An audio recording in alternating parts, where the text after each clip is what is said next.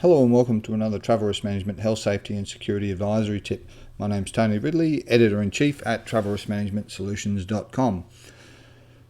Health, safety and security as it relates to travel is largely either misunderstood or has an inappropriate start point. For many, it focuses on one or exclusive discipline. So it's purely a health aspect, or it's purely safety, or it's purely security, or it's purely a travel function. So as a result, what you find is these siloed approach, or you have these verticals which have little to no connectivity, or they have an over-reliance or an increased influence associated with one or more of those particular disciplines.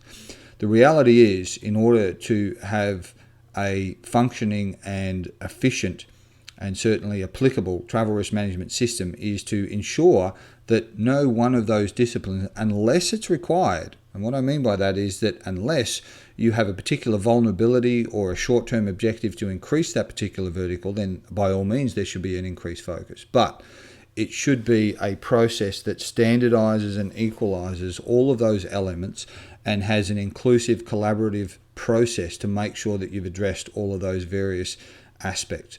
So from the perspective of health, for example, it's not something that begins once they're on the road. The inappropriate start point is time and time again is that the health of the individuals as they relate to their day-to-day work environment. Medically fit does not mean physically fit, and physically fit is not medically fit. They are polar opposites, whereas the assumption is that they're one and the same. So basic things of their fitness to travel, their personal health elements, vaccinations, their basics of exercise and sleep and rest and all those sorts of things, stress, that needs to be considered from a holistic perspective. Then when we look at safety, again, far too many organisations, the limit of their safety considerations stop at the front door of their facilities or their offices. They simply don't apply or understand that the safety is also extended both legally as well as morally as well as practically to include travel. The safety associated with should they be driving after a 14-hour flight, home or to the office? Should they be the ones to make a critical change decision in their itinerary in the event of a disaster? Do they have the basic safety preservation aspects? Is there predatory elements associated to females, for example, in some location, or are particular religious groups identified as for persecution in certain areas? These basic safety aspects that if they were in their own workplace, seated at a cubicle or at a desk, they would take them for granted. They're simply just not applied or extended as they travel. And obviously security. Security is, of all of the elements, consistent in the sense that it's open to change and contextual influences. So your own personal standards or understanding of from your place of origin when we're talking about security, you may come from an environment where there's CCTV cameras in the bank and there's civil support, the fire and police and ambulance, and you're constantly surrounded by these security layers.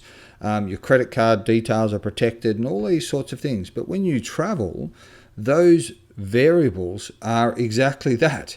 They may be existent in some parts, they may be grossly underdeveloped, or they could be completely removed from the entire process. So the challenges of one person traveling from one capital city to another is equally applicable, notwithstanding traveling to another country or halfway around the world where they don't speak your language and you've never been there before.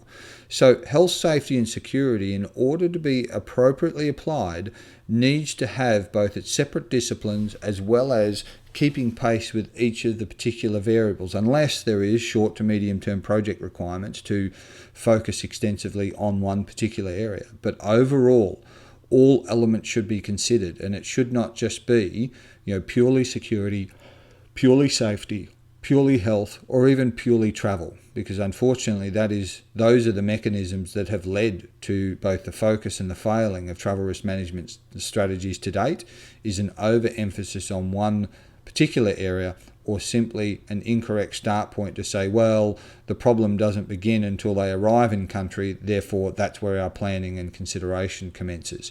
That doesn't work. that's often too late to shape, change and influence anything in the entire process. So once again, thanks very much for joining us for another Travel Risk Management Health Safety Security Advisory Tip. For more information and videos on the subject, please visit the website at www.travelriskmanagementsolutions.com. Thanks very much, and that's all for now. Goodbye.